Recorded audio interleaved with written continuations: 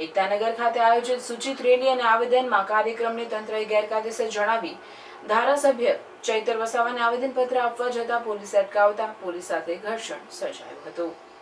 આજે સવારે આપના ધારાસભ્ય ચૈતર વસાવા અને તેમના સમર્થકો ડેડિયાપાડાથી જંગલના રસ્તે કેવડિયા તરફ આવવા નીકળ્યા હતા, પરંતુ 5 કિલોમીટર પગપાળા ચાલી પોતાના સમર્થકો સાથે ઝરવાણી ગામે પહોંચ્યા। ત્યાં ઝરવાણી ખાતે પોલીસે અટકાવ્યા, ત્યારે નર્મદા જિલ્લા પોલીસ દ્વારા ધારાસભ્ય અને સમર્થકોને રોકતા પોલીસ સાથે ઘર્ષણ સર્જાયું હતું।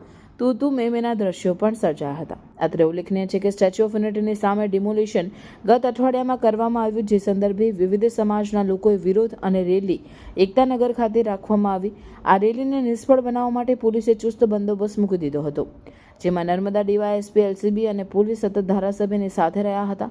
ત્યારે આગળ જતા અટકાવતા કેવડિયા આવેદનપત્ર આપવા મુદ્દે પોલીસ અને ચૈતર વસાવા વચ્ચે રકઝક થઈ હતી। ACP Lokesh Yadav, DYSP Sanjay Sharma, LCB PI સહિત પોલીસ કાફલો ચૈતર વસાવાના કાફલા સાથે પહોંચ્યા। ધારાસભ્ય ચૈતર વસાવાના જણાવ્યા અનુસાર ગઈકાલ રાતથી મારા ઘરે પોલીસ ખડકી દેવાઈ હતી અને નજરકેદ કરાયા હતા।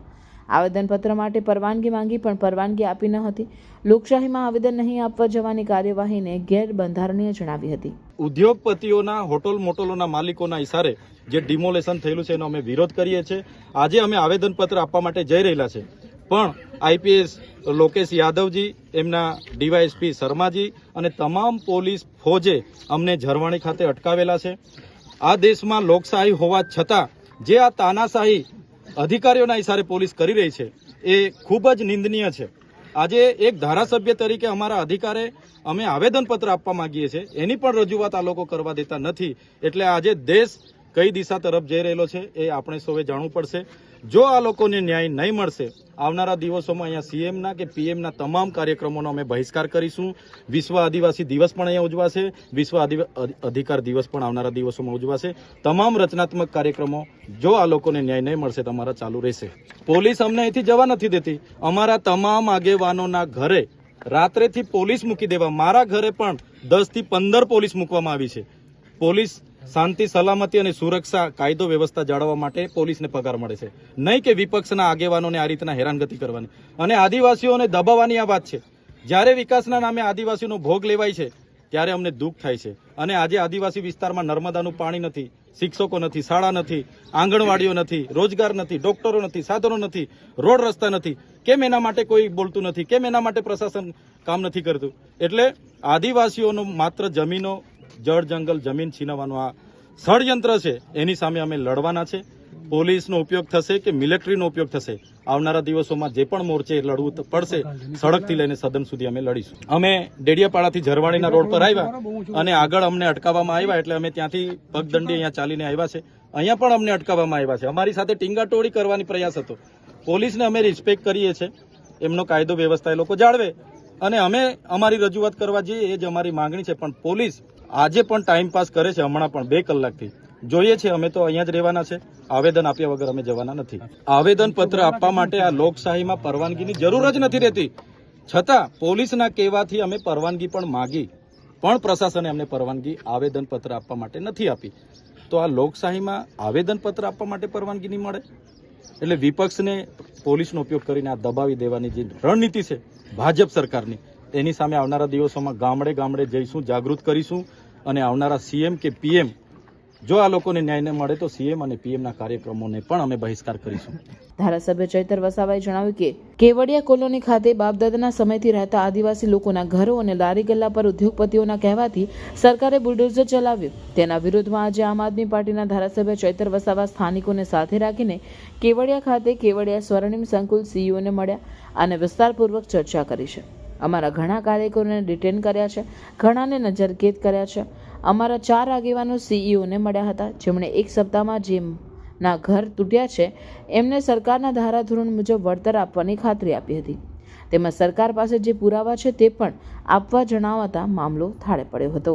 આજે 22મી રોજ તમામ આદિવાસી સમાજના તમામ આગેવાનો અમે ભેગા થઈને અમારે આવેદનપત્ર આપીને જે પણ ડિમોલેશન ગેરકાયદેસર કર્યું છે એના વિરોધમાં અમે આજે ભેગા થવાનું આહવાન હતું। અમે બધા જ કેવડિયા ખાતે હતા, ઘણા લોકોને ડિટેન પણ કર્યા છે, ઘણાને નજરકેદ પણ કર્યા છે।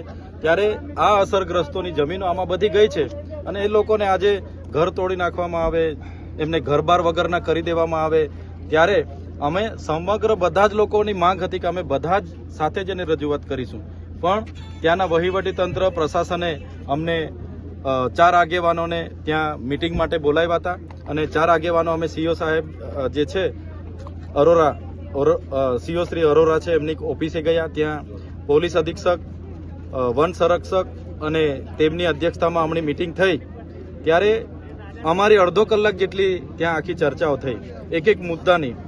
તો એમણે હાલ તો અમને આશ્વાસન આપ્યું છે કે 6 દિવસ અઠવાડિયા દરમિયાન અમારા જે પણ પેકેજો હશે, જે પણ લોકોના ઘરો તૂટ્યા હશે અને એના પોતાના પુરાવા હશે અને રેગ્યુલર હશે તો એનું જે પણ વળતર આપવાનું થશે તે સરકારની ધારાધોરણ મુજબ અમે વળતર આપીશું એવું અમને એમણે જણાવ્યું છે. સાથે સાથે એમનું કહેવાનું એવું હતું આજે કે એ જમીન 1970માં સંપાદન થયેલી જમીન છે અને એ જમીન સંપાદિત છે, એના પાસે અમારા પાસે પુરાવા ને બધું છે. તો અમે એમણે એવું કીધું કે તમારી પાસે જો પુરાવાને કોણે વળતર લીધું, કોણે આપ્યું છે એ તમારી પાસે હોય તો અમને તમે આવનારા દિવસોમાં આપજો. તો દિન 6 અઠવાડિયા બાદ એમણે તમામ પુરાવા અને જે લોકોના તોડેલા છે ને કદાચ એમની પાસે પોતાની માલિકીના ઘર તૂટી ગયા છે તો એમને વળતર આપવાની પણ એમણે અમને આજે આશ્વાસન આપ્યું છે. તો જોઈએ છે અમે આ લોકોને ન્યાય માટે આવનારા દિવસોમાં કાર્યક્રમો ફરી પણ આવા મોટા આપવાના થશે તો અમે આપીશું અને અમારા લડત જે છે એ સડકથી લઈને સદન સુધી ચાલશે. भरूच का most loved William Johns pizza लेकर आया है अनलिमिटेड सलाद एंड पिज्जा के साथ न्यू मेनू. यहाँ बुफे में सिर्फ अनलिमिटेड पिज्जा एंड सलाद के साथ आपको मिलेगी चटपटी पानी पूरी और पंजाबी फूड भी, जिसमें paneer butter masala, mix veg, dal fry, jeera rice, papad, roti and dessert में 4 टाइप की पेस्ट्री प्लस 1 फ्रूट कस्टर्ड. और विलियम जॉन्स पिज्जा के आइकॉनिक अनलिमिटेड पिज्जा स्प्रेड्स तो है ही, जिसमें 2 टाइप की soup, 22 cold salads, 9 hot starters, nachos and 2 types के सैंडविचेस, 4 टाइप्स के pizzas, unlimited coke, French fries और साथ में ब्राउनी विद आइसक्रीम भी. इतना सब आपको मिल जाएगा 246 में लंच बुफे और 286 में डिनर बुफे. और हाँ, किड्स के लिए यहाँ 179 में लंच बुफे और 199 में डिनर बुफे मिल जाएगा. और हाँ, सेलिब्रेशंस के लिए स्पेशल डिस्काउंट ऑफर भी है, फिर चाहे वो बर्थडे पार्टी हो, एनिवर्सरी, किटी पार्टी या फिर कॉर्पोरेट, सब के लिए बेस्ट स्पॉट है. तो अब कोई सेकंड थॉट नहीं, फटाफट ये रील सेव करो, शेयर करो, अपने फ्रेंड्स एंड फैमिली के साथ प्लान बनाओ विलियम जॉन्स पिज्जा. विजिट करें William Johns pizza, silver link opposite HDFC bank link road, Bharuch.